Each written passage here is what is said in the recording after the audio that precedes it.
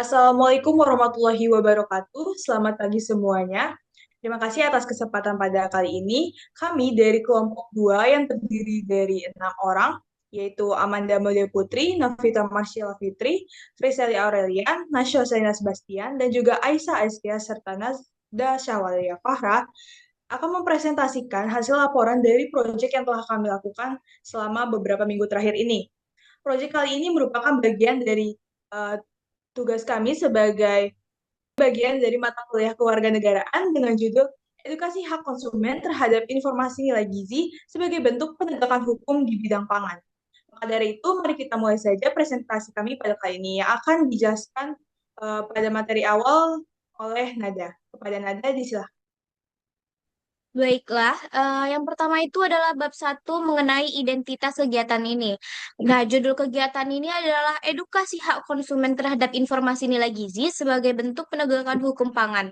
Adapun lokasi kegiatan yang kami lakukan adalah di SMA Negeri 6 Padang dan tanggal pelaksanaannya minggu ke-12 sampai minggu ke-14 semester berjalan. Adapun anggota kelompok kami yang pertama Amanda Maulidia Putri dengan NIM 2511222010 dan yang kedua Novita Marsilia Fitri 2511222018 dan yang ketiga Sally Aurelian 2511223024 dan yang keempat Najwa Selina Sebastian 2511223048 dan Aisyah Askia 2511223068 dan kemudian Nada Syaulia Fahra 2511223070. Baik, terima kasih Nada atas penjelasan awalnya. Selanjutnya ada pula mengenai kajian konseptual dari proyek yang kami lakukan ini yang akan dijelaskan oleh Nashwa. Kepada Nashwa, disilahkan. Baik, terima kasih kepada moderator. Di sini saya akan menjelaskan bab 2 mengenai kajian konseptual. Di mana di sini ada identitas permasalahannya yang mendasari latar belakang dari topik ini. Saat ini masih banyak siswa yang belum menyadari bahwa informasi nilai gizi pada kemasan pangan itu sebenarnya adalah hak konsumen yang dilindungi oleh hukum. Karena kurangnya pengetahuan tentang cara membaca label tersebut, banyak dari kita yang akhirnya kurang mampu memilih makanan yang lebih sehat dan aman untuk dikonsumsi setiap hari. Oleh karena itu, untuk mengatasi masalah tersebut, di sini ada beberapa solusi terhadap permasalahan yang ditawarkan. Di antaranya yang pertama yaitu memberikan edukasi mengenai hak-hak konsumen, khususnya di bidang pangan. Yang kedua yaitu memberikan penjelasan mengenai komponen-komponen apa saja yang ada pada informasi nilai gizi. Yang ketiga yaitu mengadakan pelatihan langsung tentang bagaimana cara membaca label pangan kemasan dengan benar. Dan yang terakhir, meningkatkan kesadaran kita semua sebagai siswa agar lebih bijak dan selektif dalam memilih pangan yang sehat. Baik, saya kembalikan kepada moderator. Baik, terima kasih Nashwa atas penjelasannya. Selanjutnya, penjelasan materi akan dilanjutkan oleh Aisyah. Kepada Aisyah, disilakan. Baik, terima kasih kepada moderator. Pada bab 3 ini saya akan menjelaskan tentang rancangan proyek. Yang pertama yaitu kegiatan yang dilakukan. Yang pertama kami melakukan pretest untuk mengetahui pengetahuan awal siswa. Yang kedua kami menyampaikan materi edukasi menggunakan PowerPoint. Yang ketiga diskusi interaktif tentang label gizi. Dan yang terakhir kami juga mengadakan post-test untuk mengukur peningkatan pemahaman siswa. Yang kedua yaitu capaian positif yang diharapkan. Yang pertama, kami berharap peningkatan pengetahuan siswa mengenai hak konsumen jadi bertambah. Yang kedua, peningkatan pengetahuan siswa tentang label gizi. Yang ketiga, meningkatnya kesadaran hukum konsumen. Dan yang terakhir, siswa lebih mampu memilih makanan sehat. Sekian dari saya kembalikan kepada moderator.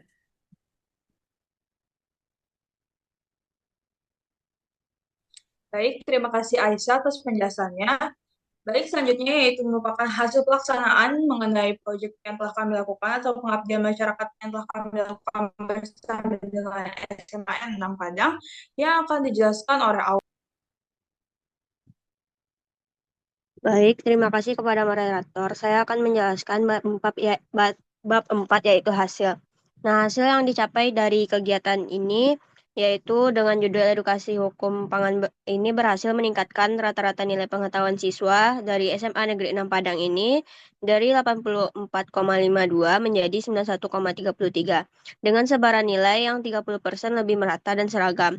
Nah, meskipun pemahaman siswa ini meningkat, pelaksanaan kegiatan ini menghadapi kendala teknis berupa proyektornya yang rusak, siswa yang pasif saat diskusi, serta manajemen waktu pengisian G-form yang kurang kondusif karena berbentrok pada jam pulang.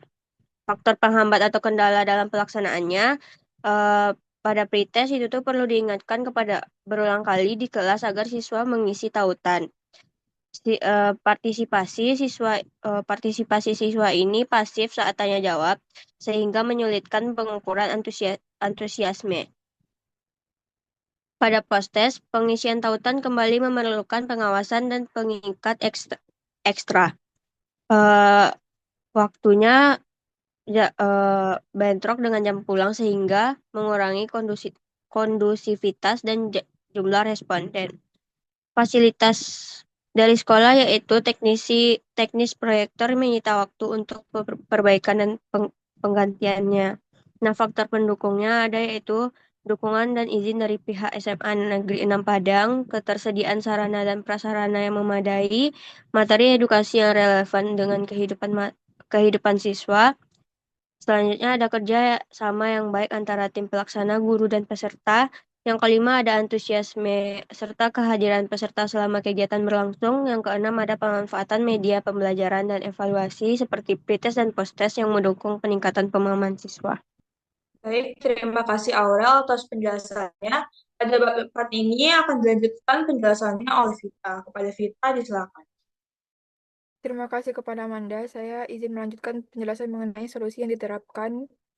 Yang pertama adalah untuk pretest itu ada baiknya pretest atau tautan awal didistribusikan beberapa hari sebelum acara dan dikirimkan pengingat rutin melalui grup kelas. Tujuannya adalah agar seluruh siswa dapat menyelesaikannya tepat waktu. Lalu untuk keterlibatan itu seharusnya atau sebaiknya pembicara mengajukan pertanyaan pemantik, mengadakan kuis singkat dan memberikan bingkisan kecil agar peserta lebih antusias selama sesi dialog. Dan untuk ini alhamdulillah kami sudah terapkan. Untuk tes akhir atau pengisian tes akhir harusnya dilakukan segera setelah penyuluhan, rampung dengan arahan dari tim pelaksana untuk memastikan seluruh hadirin mengisi survei.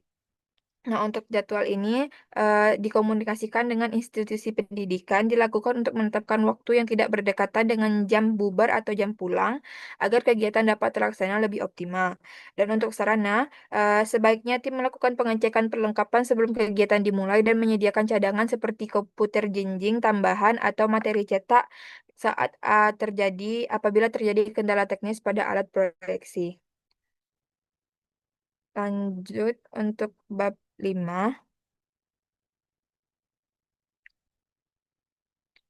Mengenai dokumentasi, adapun yang kami lampirkan di sini yang pertama adalah foto-foto kami selama kegiatan, juga publikasi di media massa yang mana kami memilih YouTube. Di YouTube tersebut kami menayangkan proses persiapan kami hingga bagaimana acara berlangsung. Sekian yang dapat saya sampaikan, saya kembalikan kepada Amanda.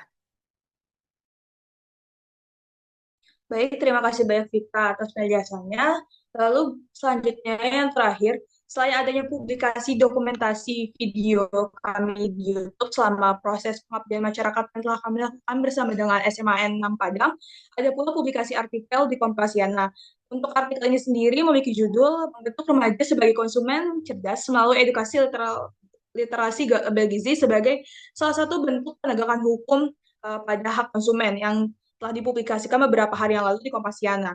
Lalu publikasi ini dilakukan untuk bentuk sebagai diseminasi hasil kegiatan kepada masyarakat luas sehingga masyarakat juga mengetahui adanya kepentingan dalam memberikan edukasi kepada siswa-siswa SMA dan setara. Lalu di sini dapat dilihat juga bukti dari publikasi artikel tersebut. Baik, sekiranya cukup sekian presentasi laporan proyek yang telah kami lakukan dari kelompok 2. Mohon maaf bila ada kesalahan. Sekali lagi terima kasih banyak atas perhatiannya, lalu terima kasih juga kepada Bapak atas bimbingannya selama proyek ini berlangsung. Dengan ini saya tutup. Wassalamualaikum warahmatullahi wabarakatuh.